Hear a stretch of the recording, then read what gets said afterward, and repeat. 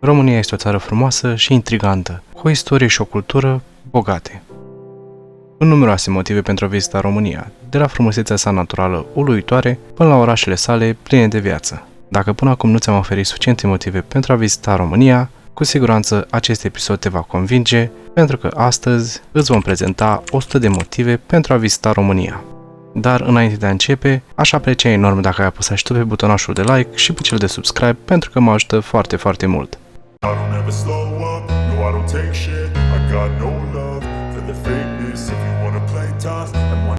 Deși viața de zi cu zi aici poate părea uneori obositoare în România, recunosc și apreciez faptul că m-am născut într-o țară cu atât de multe frumuseți naturale și în ciuda evenimentelor din istoria recentă din sfera politică, cred în continuare că țara aceasta este un loc care ar trebui vizitat de toată lumea. Spre sud-estul României, la granița cu Ucraina și pentru o lungime foarte scurtă Republica Moldova, Dunărea își termină călătoria în Marea Neagră.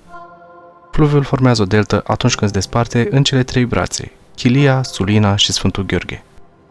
Pe micul spațiu lăsat între ele, localnicii trăiesc o viață simplă, bazându-se în principal pe pescuit și turism pentru a-și câștiga existența. Sunt multe de văzut în rezervația biosferei Delta Dunării, de la covoare de nuferi și vegetație luxuriantă, până la colonii de păsări migratoare și diverse specii de pești. Delta Dunării nu este doar casa a peste 360 de specii de păsări și 45 de specii de pești, ci și un loc unde poți vedea cai de la Letea. Delta Dunării este întotdeauna unul dintre motivele principale pentru a vizita România pe care îl vei primi de la oamenii care au fost în țara aceasta sau chiar de la localnici. Nu departe de Delta Dunării, în regiunea Dobrogei, poți vizita Parcul Național Munții Măcinului. Acesta găzduiește peste 1770 de specii de plante, dintre care 72 sunt rare sau vulnerabile, iar 27 pot fi găsite doar aici, 181 de specii de păsări, dintre care 37 sunt pe cale de dispariție și mai mult de 900 de specii de fluturi. Îndepărtându-ne de vecinătatea Mării Negre spre centrul României, ajungem în Munții Carpați, care înconjoară Transilvania. Arcul pe care îl formează în România, dar și în țările vecine, are o lungime de 1500 de kilometri, fiind al doilea cel mai lung lanț montan din Europa. Munții Carpați nu sunt doar unul dintre motivele principale pentru a vizita România, ci și un motiv foarte bun pentru a vizita țările vecine, Ucraina, Ungaria și Serbia. În România vei găsi a doua cea mai mare suprafață de păduri virgine din Europa. Peste jumătate din aceste păduri se află în Munții Carpați. Există multe ONG-uri care luptă pentru a proteja aceste păduri împotriva tăierilor ilegale de arbori, dar mai avem cale lungă până când această resursă naturală unică va fi considerată în siguranță. Parcul Național Retezat din Munții Carpați găzduiește 1190 de specii de plante, o treime din cele pe care le poți găsi în România. Sunt incluse specii de plante rare și pe cale de dispariție, dar și 90 de specii de plante care există doar aici. Parcul Național Retezat este de asemenea casă pentru 185 de specii de păsări, precum ursul și lupul, și erbivore, precum cerbul și mistrețul. Transfăgărășanul apare în articolele de călătorie drept una dintre cele mai pitorești rute din lume. Drumul care urcă până la 2042 de metri este destinația de vis a multor pasionați de mașini după ce au urmărit episoadele Top Gear despre România. Sub conducerea lui Nicolae Ceaușescu, muncitorii au tăiat această trecere prin munți în doar 4 ani, din 1970 până în 1974. A fost o mișcare strategică pentru a asigura accesul militar rapid prin munți în cazul unei invazii sovietice. Cu toate acestea, construirea Transfăgărășanului a costat viețile multor muncitori. Sursele oficiale menționează doar 40 de soldați morți, dar cele neoficiale vorbesc de sute. Transfăgărășan, în ciuda începuturilor sale întunecate, este acum un traseu splendid care atrage o mulțime de turiști. Mulți dintre ei vin cu bicicleta pentru a se bucura de coborârea rapidă, dar și palpitantă spre Sibiu. Înainte de a trece munții Transfăgărășan, ar trebui să faci un popas și la Curtea de Argeș, fosta capitală a Valahiei, care a unit pământurile de la sud de Carpați.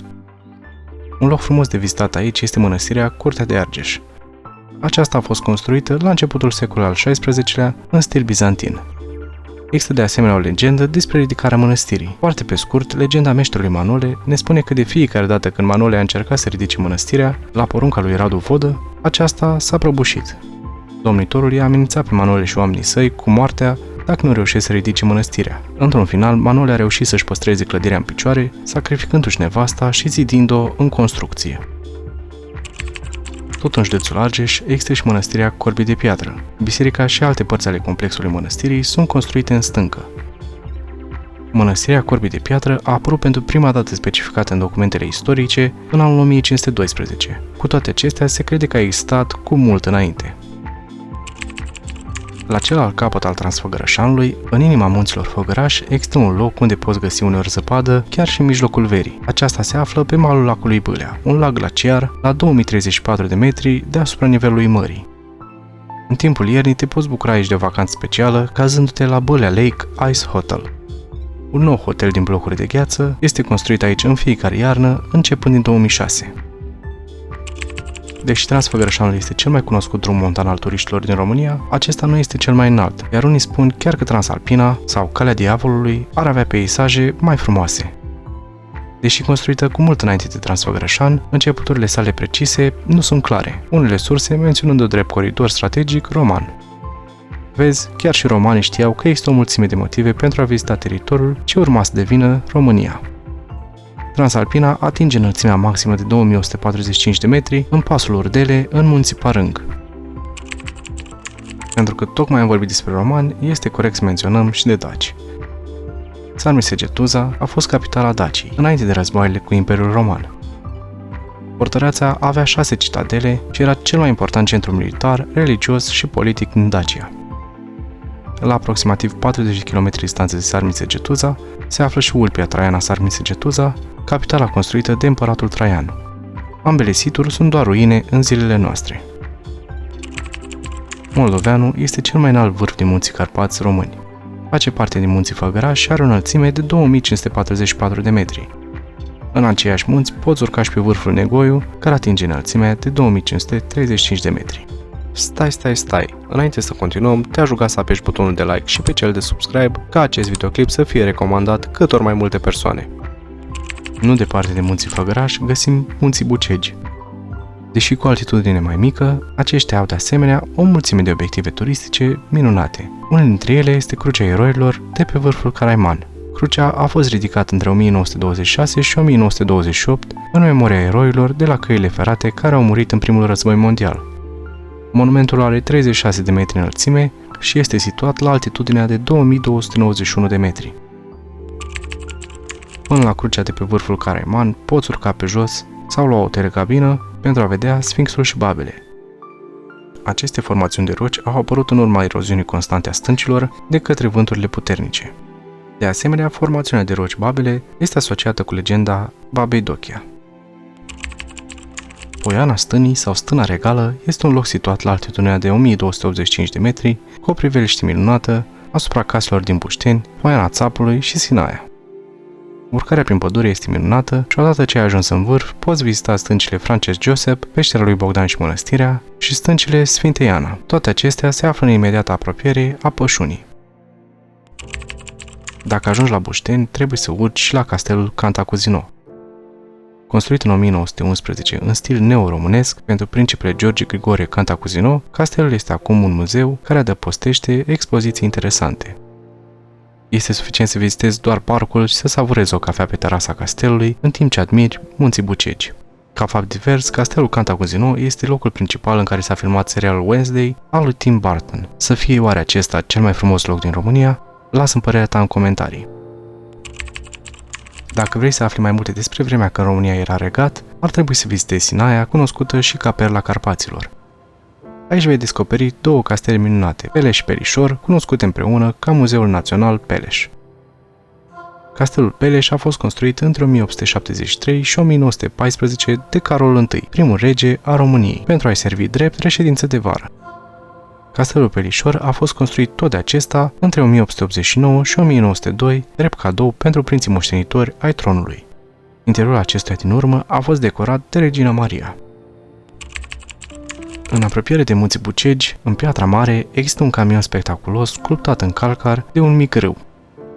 Când vei vizita canionul 7 scări, vei urca pe scări și platforme metalice, pe lângă cele 7 cascade din interiorul canionului. Când vizitezi canionul 7 scări, te poți da pe cea mai lungă tiroliană din România. Are o lungime de 2,1 km și 23 de rasee pentru adulți și copii. Cea mai lungă rută are 273 de metri. Lacul Sfânta Ana, în rezervația naturală Mohoș, s-a format în craterul vulcanic Ciomatu Mare. Este singurul lac vulcanic din România. cu doar 6,4 metri adâncime și o suprafață de 220 de metri pătrați, este alimentat doar de precipitații. În trecut, oamenii puteau nota aici, dar această activitate este interzisă publicului din aprilie 2018. Lacul Sfânta Ana este de asemenea un loc frecventat de urși bruni. Cu aproximativ 7.000 de exemplare, România găzduiește cea mai mare populație de urși bruni din Europa.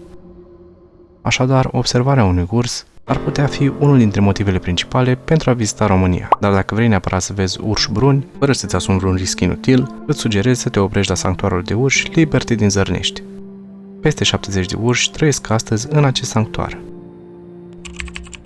Zimbrul este o priveliște rară în România, dar poate fi observat cu ușurință în rezervații sau grădini zoologice din țara noastră.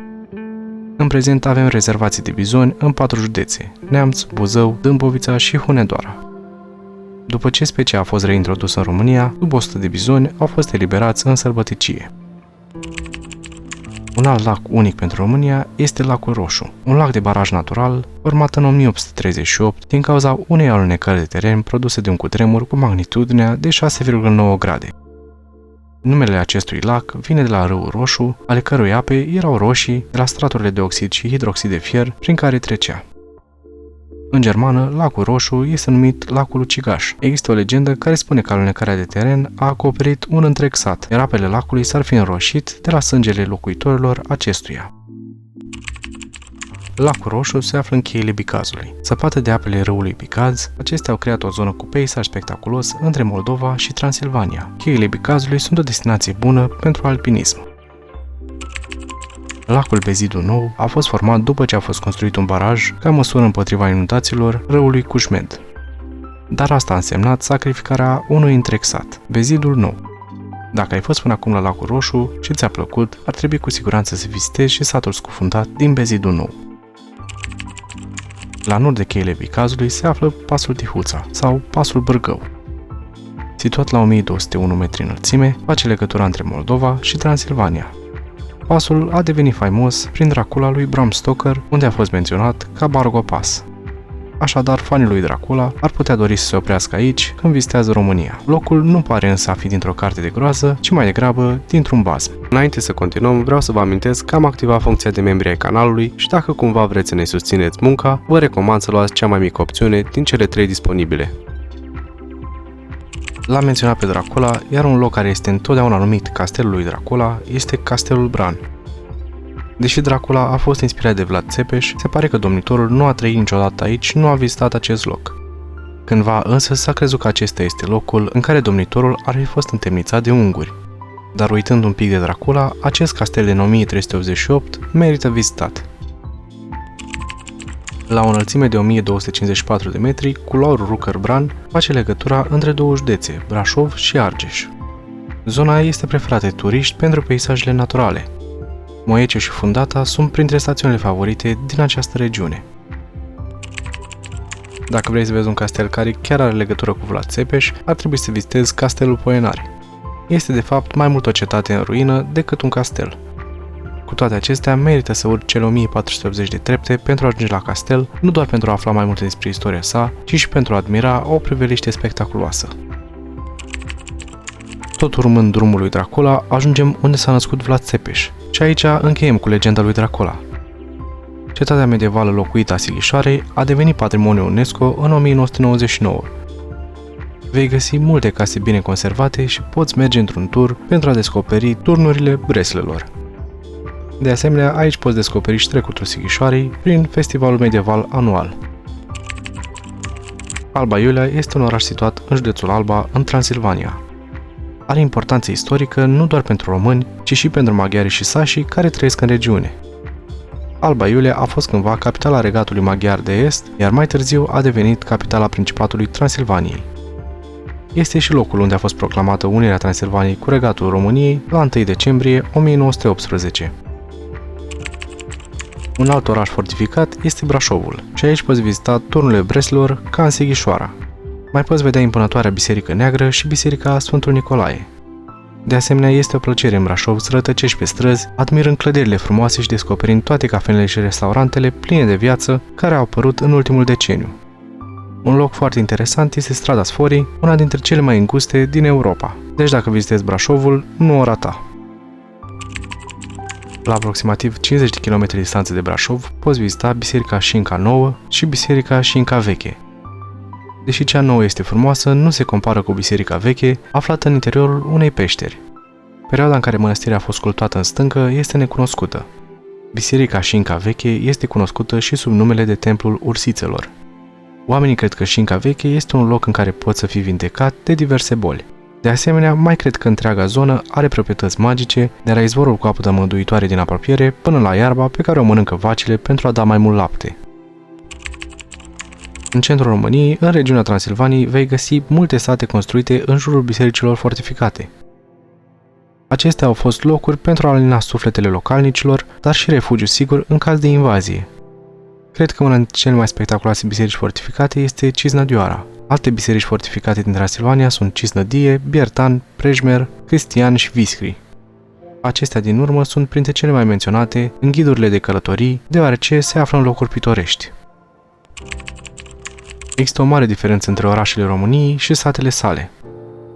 Poți vedea cât de săracă este țara noastră când mergi în zonele rurale. Există case fără instalații sanitare și locuri în care copiii merg pe jos mulți kilometri pentru a merge la școală. Deși trăiesc o viață simplă, sătenii sunt în general oameni primitori, prietenoși și muncitori.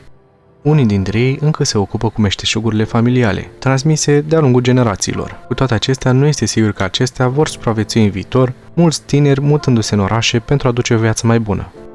Pentru străini, ceea ce avem este neprețuit. De aceea, poate și noi ar trebui să admirăm mai mult viața la țară și să înțelegem cum era aceasta concepută. O modalitate mai ușoară de a descoperi România rurală, fără a părăsi marile orașe, este de a vizita muzeele construite în toată țara. Unul dintre cele mai interesante este cel de la Sibiu, unde clădirile sunt grupate după meșteșuguri. Muzeul Civilizației Populare Tradiționale Astra poate fi vizitat într-o zi și este de asemenea locul unde poți găsi casa de pe bancnota de 10 ron. Alte două muzeele satului, ușor accesibile celor care vizitează România, sunt cel din București și cel din Cluj-Napoca. Dacă ai timp, poți merge pe jos, cu bicicleta sau cu calul, pe traseul patrimoniului maramureșean pentru a descoperi viața la sat. Cu o lungime de 88 de kilometri, este primul de acest gen în partea de nord a României. Acesta conectează 7 sate, Ocnașuga-Tag, Budești, Breb, Oteni, Hărnicești, Desești și Mara, reprezentative pentru cultura și modul de viață din Maramureș. În Maramureș vei găsi peste 100 de biserici ortodoxe și câteva greco-catolice, toate construite din lemn de către tâmplari pricepuți. Bisericile din această zonă a României au clopotnițe înalte deasupra intrărilor. 8 dintre aceste biserici sunt acum în patrimoniul UNESCO, iar 2 dintre ele, cea din Budești și cea din Desești, se află în traseul patrimoniului maramureșan menționat anterior. Un alt exemplu de măestrie în lemn este cimitirul Vesel, situat în Săpânța, Maramureș.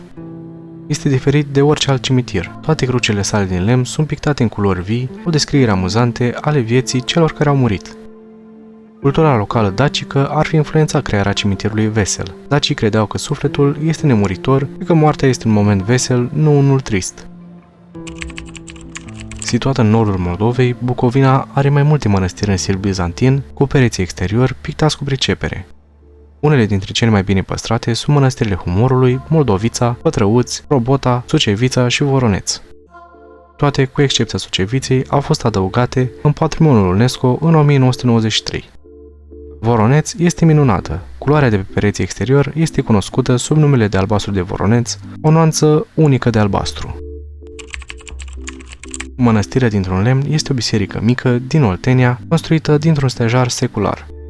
Clădirea are 13 metri lungime și 5 metri lățime. Nu are o clopotniță, atingând o înălțime de doar 4 metri. Târgu Jiu este un oraș de pe malul râului Jiu. Este cunoscută pentru unele dintre cele mai frumoase opere de artă a lui Constantin Brâncuș.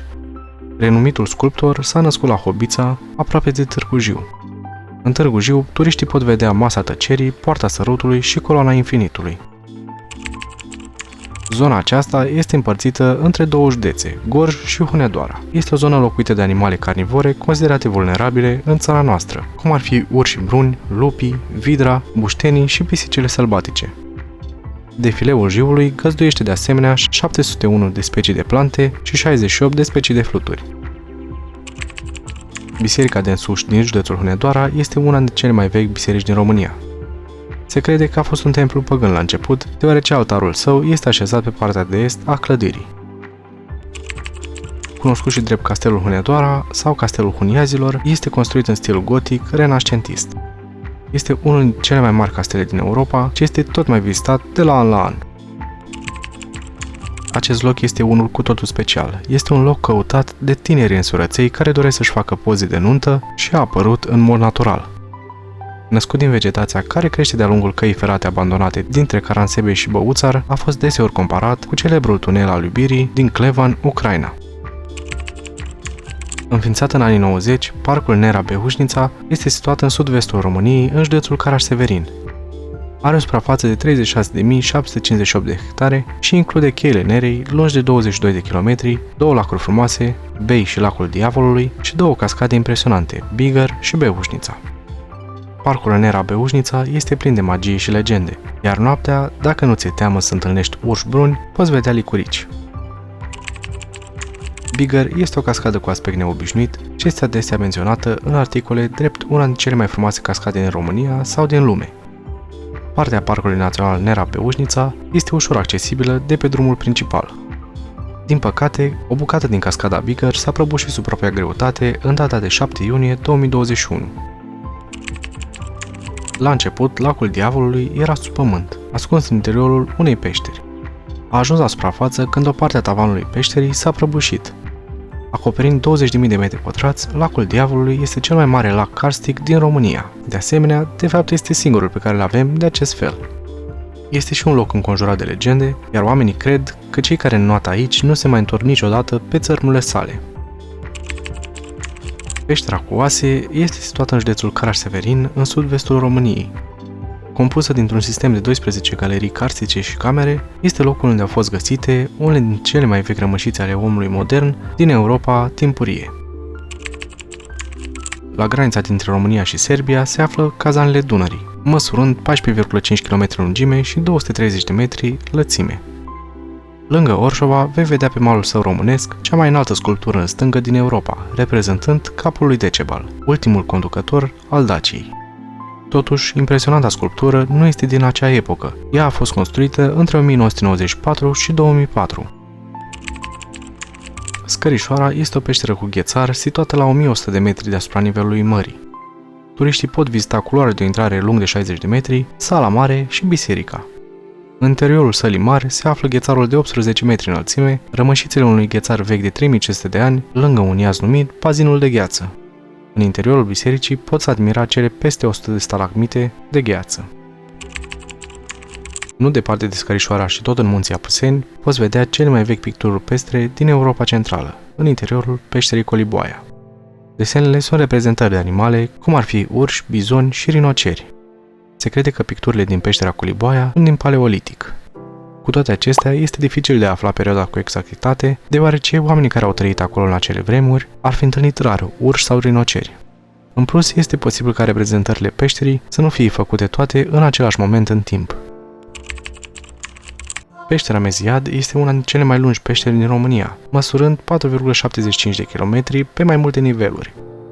A fost declarată monument al naturii și transformată în rezervație, fiind cercetată în detaliu de speologi de-a lungul timpului.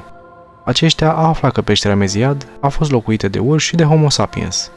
Astăzi este casă doar pentru colonii de lilieci. Intrarea de 16 metri înălțime a peșterii Meziad întâmpină vizitatorii din 1972. Un alt loc obligatoriu de văzut în munții Apuseni este peștera urșilor. Numele său vine de la cele 140 de schelete de urs găsite aici în 1983. Acestea aparțin speciei Ursus pelaus, aceeași care a locuit în trecut și în peștera Meziad. Peștera urșilor este formată din 3 galerii și sala lumânărilor, sala Emil Racoviță și sala oaselor. Situată în munții Pădurea Craiului, peștera de cristal din mina Farcu este singura de acest fel pe care o poți vizita în Europa. Există doar 2 peșteri de cristal deschise pentru turiștii din lume, cealaltă fiind situată în Africa de Sud. Partea accesibilă pentru turiști are o lungime de aproximativ 60 de metri și acolo poți admira frumoase cristale albe care au crescut sub diverse forme. Pe lângă cristale există și un muzeu minier foarte interesant. În nordul munților Apuseni, la 30 de km de Cluj-Napoca, vei găsi cel mai vizitat obiectiv turistic al României, Salina Turda. Deși deschisă pentru turiști abia în 1992, a devenit renumită abia după lucrările de modernizare din 2008. În sălile sale frumos luminate, vizitatorii pot face o plimbare cu barca, pot juca bowling și minigolf și de asemenea se pot bucura de concerte uneori. Salina are și mai multe camere pentru haloterapie. Pentru sănătate și pentru relaxare sau pentru câteva fotografii frumoase pentru Instagram, Salina Turda este un motiv minunat pentru a vizita România. Tot în apropiere de Cluj-Napoca, dar în cealaltă direcție, poți să te plimbi prin ciudata pădure Hoia Baciu. Este o priveliște interesantă datorită copacilor săi cu trunchiuri înclinate, dar este și un loc unde să pășești în țara legendelor în timpul unei vizite în România. Se crede că Hoia Baciu este un loc în care se întâmplă lucruri paranormale, un fel de triunghi al Bermudelor din România, și mulți oameni care cred în aceste povești nu riscă să se aventureze. Tot aproape de Cluj-Napoca vei găsi Laguna Albastră a României în Aghireșu. Acest lac frumos a luat naștere prin acumularea precipitațiilor într-un vechi sit minier de kaolin. Culoarea uimitoare este dată de rezidurile de kaolin. Un alt loc unic în țara noastră îl reprezintă vulcanii Noroioși, situat în județul Buzău. Gazele găsite la adâncime de 3000 de metri se ridică la suprafață, împingând un amestec de argilă, noroi și apă sărată. Deasupra solului, noroiul se usucă și construiește coluri asemănătoare vulcanilor în jurul locului de erupție. Aproape de vulcanii noroioși poți vedea un alt fenomen care se întâmplă din cauza gazelor care ies la suprafață, focul viu din apropiere de satul Terca. Gazele se transformă în flacără datorită luminii solare sau a turiștilor care le dau o mână de ajutor cu un chibrit sau brichetă în cazul în care acestea s-au stins. Înălțimea focului viu depinde de vreme și de presiunea gazelor subterane. Marele Canion al României, Râpa Roșie din județul Alba, este un zid de 800 de metri, aproape vertical. Fidelă poreclei, tipul de relief întâlnit aici este de fapt catalogat Badland, la fel ca Marele Canion din Dakota de Sud. În județul Vâlcea poți vizita Muzeul Trovanților. Numit în mod eronat Bolovan sau Pietre Vii, Trovanții se formează într-un mod similar cu stalactitele și stalagmitele găsite în peșteri, acestea formându-se prin depunerea straturilor de nisip. Este nevoie de mult timp pentru formarea bolovanilor mari, deoarece trovanții cresc doar în jur de 5 cm în aproximativ 1200 de ani. Peștera Muierii este un sistem complex de peșteri lung de 7 km din județul Gorj. Este cea mai vizitată peșteră a României, deși turiștii pot vedea doar unul dintre cele 4 niveluri ale sale. Oamenii de știință au descoperit aici rămășițele a 3 oameni moderni timpurii. Printre ele a fost identificată o femeie, de unde și numele peșterii. Nici nu trebuie să părăsești Bucureștiul pentru a descoperi frumusețile naturale pe care le oferă țara noastră. În locul unui proiect abandonat pentru un lac de acumulare, natura a prins viață. Astăzi, zona este un parc natural protejat, care adăpostește peste 95 de specii de păsări, dar și mici mamifere precum iepuri, vulturi și chiar vidre. Nu trebuie să mergi în delta Văcărești pentru a respira aer mai curat, deoarece Bucureștiul are o mulțime de parcuri în care te poți plimba, alerga sau da o tură cu bicicleta. Acestea nu se închid seara, așa că poți face o plimbare oricând dorești. Cimitirul istoric Belu este diferit de celelalte din București. Are copaci înalți care umbresc aleile și monumentele frumoase marchează viața celor care s-au dus. Belu, cu siguranță, nu dă senzația aceea înfiorătoare pe care o trăim de obicei într-un cimitir. Curioșii îl pot vizita pentru a vedea mormintele unor scriitori, pictori și actori români de renume, precum și pe cele ale unor persoane istorice importante. În septembrie, când se sărbătoresc zilele Bucureștiului, există chiar și concerte în cimitirul Belu. Centrul vechi al Bucureștiului este acum un spațiu cucerit de restaurante, baruri și cluburi, deschise până târziu în noapte. Aproape toți turiștii care vizitează Bucureștiul ajung aici. Este locul cu cele mai multe cluburi și restaurante pe metru pătrat în capitală. Vorbind despre restaurante, de multe ori străinii încearcă mâncarea românească pentru prima dată în centrul vechi, la unul dintre restaurantele renumite, cum ar fi Hanul lui Manuc sau Caro cu bere. Deși sunt foarte aglomerate și mai scumpe decât alte restaurante, acestea oferă nu numai mâncare și băuturi tradiționale, ci și spectacole de muzică și dansuri tradiționale, într-un cadru cu o istorie proprie. În timp ce mâncarea românească este mai grea decât cea cu care sunt obișnuiți străinii, bucătăria românească este influențată de bucătăriile vecinilor noștri din prezent și de inflatatorii noștri din trecut. Pentru a merge cu mâncărurile noastre grele, producem vinuri excelente cu o tradiție de peste 3000 de ani. Vinurile bune și prețurile accesibile ne-au plasat pe hartă alături de alte țări europene importante, precum Franța sau Italia. Străinii nu se îndrăgostesc doar de produsul finit, ci și de solurile noastre bogate și podgorile productive, unii ajungând să se mute aici pentru ele. Un exemplu îl reprezintă chiar Crama Budureasca. Nu poate fi considerată o călătorie completă dacă nu vizitezi și o librărie. Așadar, când ești în București, în centrul vechi, de ce să nu te oprești și la una dintre cele mai frumoase librării din lume? În interiorul unei clădiri din secolul XIX, Cărturești Carusel ocupă 6 niveluri și 1000 de metri pătrați. Are cărți în limba română, dar și în limbi străine, precum și jocuri, muzică și filme. Mai are și o ceainărie și un magazin de ceaiuri, papetărie și o mulțime de idei de cadouri minunate. Tot în centrul vechi, vei afla că românii au simțul umorului. Într-o clădire mică de pe strada Covaci, vei descoperi Romanian Kitsch Museum cu tot ceea ce e chicios din felul în care am trăit pe vremea comunismului sau din modul în care încă mai trăim în unele cazuri. Vei râde de Dracula, vei explora un mic apartament pe vremea comunistă și vei redescoperi cocalar și pițipoance. Nu este o vizită obligatorie, dar este una distractivă. Poți proba haine, poți atingi lucruri, să faci fotografii și totul într-un timp foarte scurt. Un alt muzeu interesant este în Timișoara, locul în care a început Revoluția împotriva regimului comunist în 1989. Întregul loc este amenajat ca un apartament tipic de pe vremea comunistă, iar vizitatorii pot explora în profunzime modul în care trăiam pe atunci, de la cum era mobilierul până la ce fel de produse aveam în cămară. Înapoi la București mergem la Casa Poporului sau Palatul Parlamentului, o amprentă imensă lăsată în istorie de Ceaușescu. Cea mai grea și mai scumpă clădire administrativă din lume, Casa Poporului este a doua cea mai mare clădire administrativă din lume după Pentagon. Deși clădirea este impresionantă, a însemnat multe sacrificii pentru români. Acesta este motivul pentru care se numește Casa Poporului. Toată lumea a contribuit într-un fel sau altul la ridicarea și decorarea sa. Cu tot trecutul său întunecat, pare să fie unul dintre locurile pe care toți străinii vor să-l vadă când vizitează România. Dacă ajungi la Casa Poporului, ar trebui să vizitezi și Muzeul Național de Artă Contemporană. Muzeul are, de asemenea, o terasă care oferă o priveliște frumoasă asupra Bucureștiului. În fața Casei Poporului, Bulevardul Unirii se întinde până în Piața Alba Iulia. Tot Ceaușescu a fost cel din spatele clădirii acestui bulevard, profitând de clădirile demolate în zonă după cutremurul din 1977. Pe lângă acestea, a demolat multe altele, forțându-i pe oamenii care au trăit acolo toată viața să-și părăsească locuințele. Construit pentru a fi mai mare decât Champs-Élysées din Paris, Bulevardul Unirii are o lungime de 3,5 km. Cu puțini ani în urmă, fântânile de pe acest mare bulevard au fost renovate și vara oferă un spectacol de apă și lumini.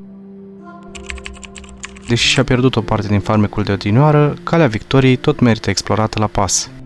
Acesta unește mai multe obiective turistice și are multe pasaje frumoase. Cel mai impresionant este probabil pasajul englez, deși după aspect amintește mai mult de Veneție sau Italia decât de Anglia. Pe Calea Victoriei, în Piața Revoluției, se află Palatul Regal, care găzduiește Muzeul Național de Artă al României.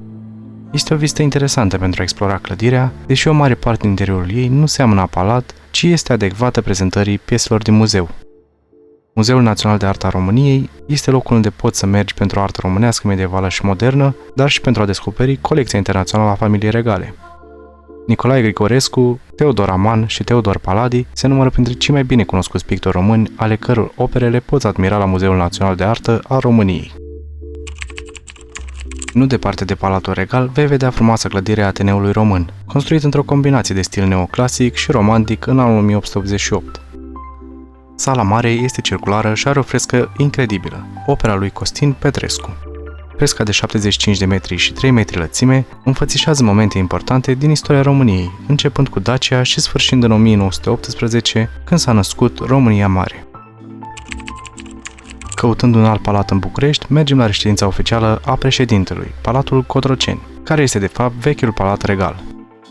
Aici poți vizita Muzeul Național Cotroceni și explora o serie de camere decorate de Regina Maria. Muzeul Național Cotroceni găzduiește și colecția de artă a Reginei Maria. Sunt o mulțime de turiști străini care vin la București nu pentru a descoperi străzile și cartierele vechi din Le Petit Paris sau muzeele sale, ci pentru a se răsfăța la terme. Locul are 3 zone cu diverse avantaje. Zona Galaxy este destinată familiilor și are o mulțime de tobogane distractive, plus o piscină interioară cu valuri. În zona de Palm, oamenii se relaxează într-o piscină mare interioară și în aer liber, cu baruri în apă și scaune cu jacuzzi. Nu în ultimul rând, există zona Elysium cu 6 saune diferite, un duș rece de înaltă presiune și bazine cu diverse minerale. Vorbind de băi termale, dacă pleci din București, ar trebui să vizitezi orașul balnear Băile Herculane, în județul Caraseverin.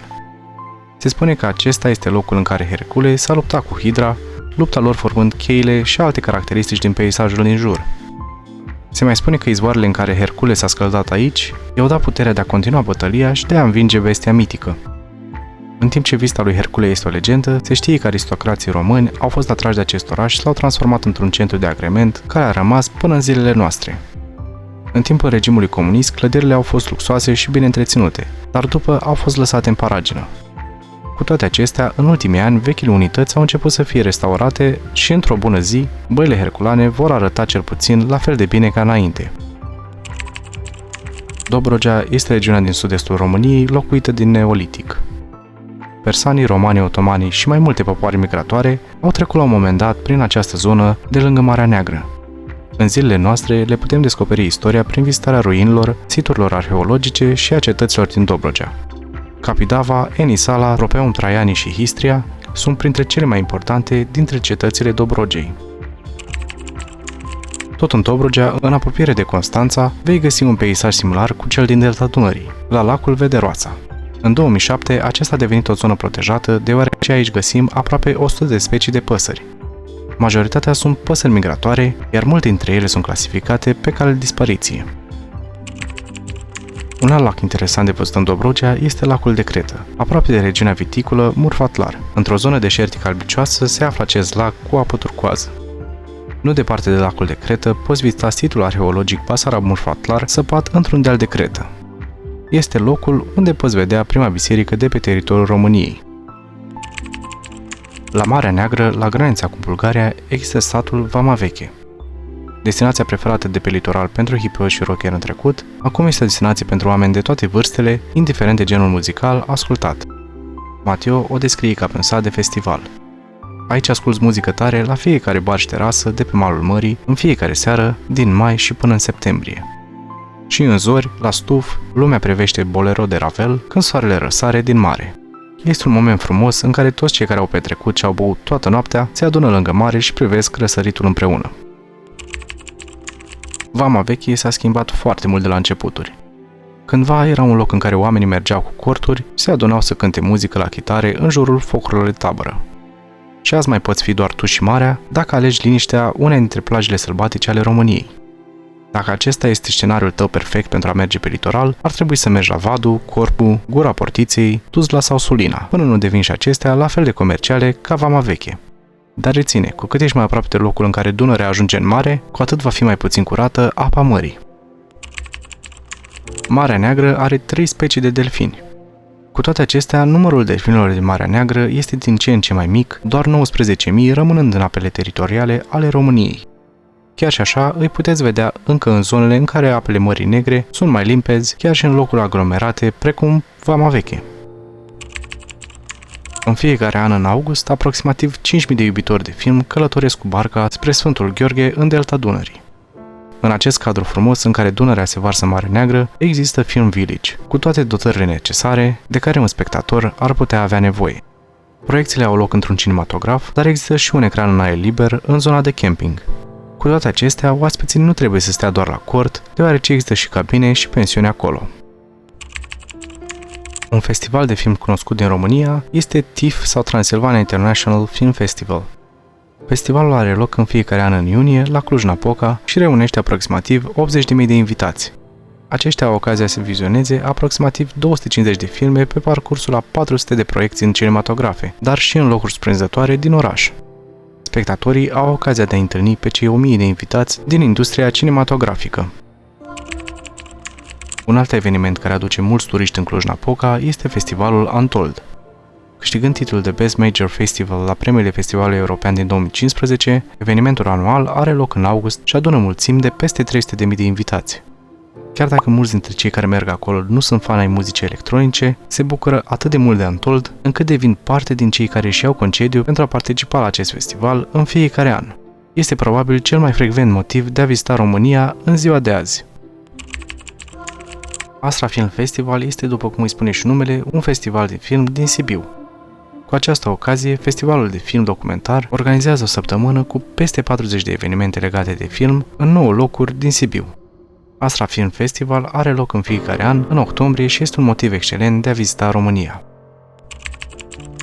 Deși nu este singurul festival de teatru internațional din România, este preferatul multora. Festivalul de teatru din Sibiu poate fi cu adevărat un motiv pentru care merită să vizitezi România. În fiecare an, în iulie, în jur de 10.000 de iubitori de muzică se adună în munți pentru a participa la festivalul de jazz Gărâna. Muzicieni cunoscuți încântă publicul într-un cadru minunat, dar simplu. Deci, practic, festivalul de jazz de la Gărâna, România, are muzică bună într-un cadru unic. George Enescu a fost un celebru compozitor și violonist român. La 3 ani de la moartea sa, în 1958, a avut loc prima ediție a Festivalului de Muzică Clasică, care îi poartă numele. Inițial ținut odată la 3 ani, în anii 80 a rărit frecvența. După hotărârea guvernului din 2002, s-a stabilit că festivalul va avea loc odată la 2 ani. Prin urmare, în anii impari, în septembrie, sălile de concerte ale Ateneului Român și Sala Radio își așteaptă oaspeții. Și sunt o mulțime de străini care vin pentru acest motiv să viziteze România. Dacă îți dorești să participi la acest festival, ar trebui să-ți rezervi biletele din timp. La periferia Bucureștiului, în Buftea, are loc Summerwell, promovat drept un festival ca o vacanță. Summerwell este de obicei programat pentru un weekend de la mijlocul lunii august, cu 3 seri pline de concerte. Organizatorii recunosc că este un festival mai mult pentru hipsteri. Există o mulțime de festivaluri în jurul anumitor alimente și băuturi locale sau în jurul muzicii și dansului tradițional în toată țara. Un exemplu este Festivalul Brânzei și Pălincii din Rășinari, județul Sibiu. Festivalul sărbătorește băuturile tradiționale locale, pălinca și țuica, celebra brânză de Sibiu și alte mâncăruri românești cu dansuri populare din zona Sibiului. Dacă vizitezi unul dintre orașele mari din România, poți participa gratuit la o mulțime de evenimente culturale.